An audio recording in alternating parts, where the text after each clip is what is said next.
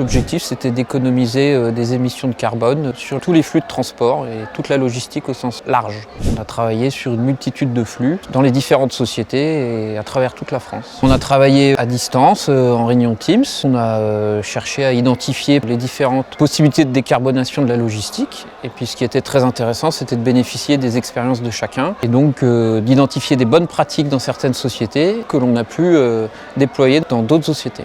Au démarrage, on s'est surtout axé sur comment économiser du carbone via le covoiturage et la mobilité douce. On a mis en place un questionnaire à la destination de tous les salariés du groupe qui nous a permis d'identifier que plus de la moitié des collaborateurs étaient prêts à faire du covoiturage, non seulement pour faire des économies financières, mais aussi et surtout pour faire des économies énergétiques et donc améliorer le bilan carbone du groupe. On a aussi encouragé les collaborateurs du groupe à la mobilité douce.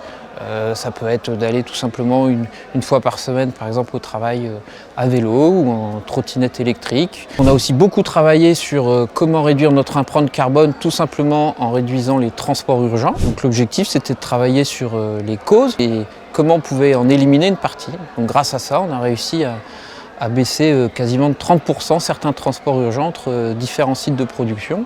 Ça, c'est un élément très fort de cette année et qui va justement être déployé sur d'autres entités du groupe l'année prochaine sur comment identifier les bonnes pratiques et comment travailler sur les causes racines permettant d'éliminer certains transports urgents. Le plus intéressant, c'est de très loin la communauté, c'est-à-dire qu'on est différentes entités dans le groupe qui travaillent sur des choses, sur des produits différents, du B2C, du B2B, de la literie, des chalets, du mobilier de crèche, mais aussi des mobil-homes. Et au final, quand on parle de décarbonation et qu'on parle de flux logistique, il y a forcément des points communs entre nous tous. Cette communauté a permis d'une part de créer une vraie synergie entre nous et puis une vraie explosion des idées à tous les niveaux du groupe.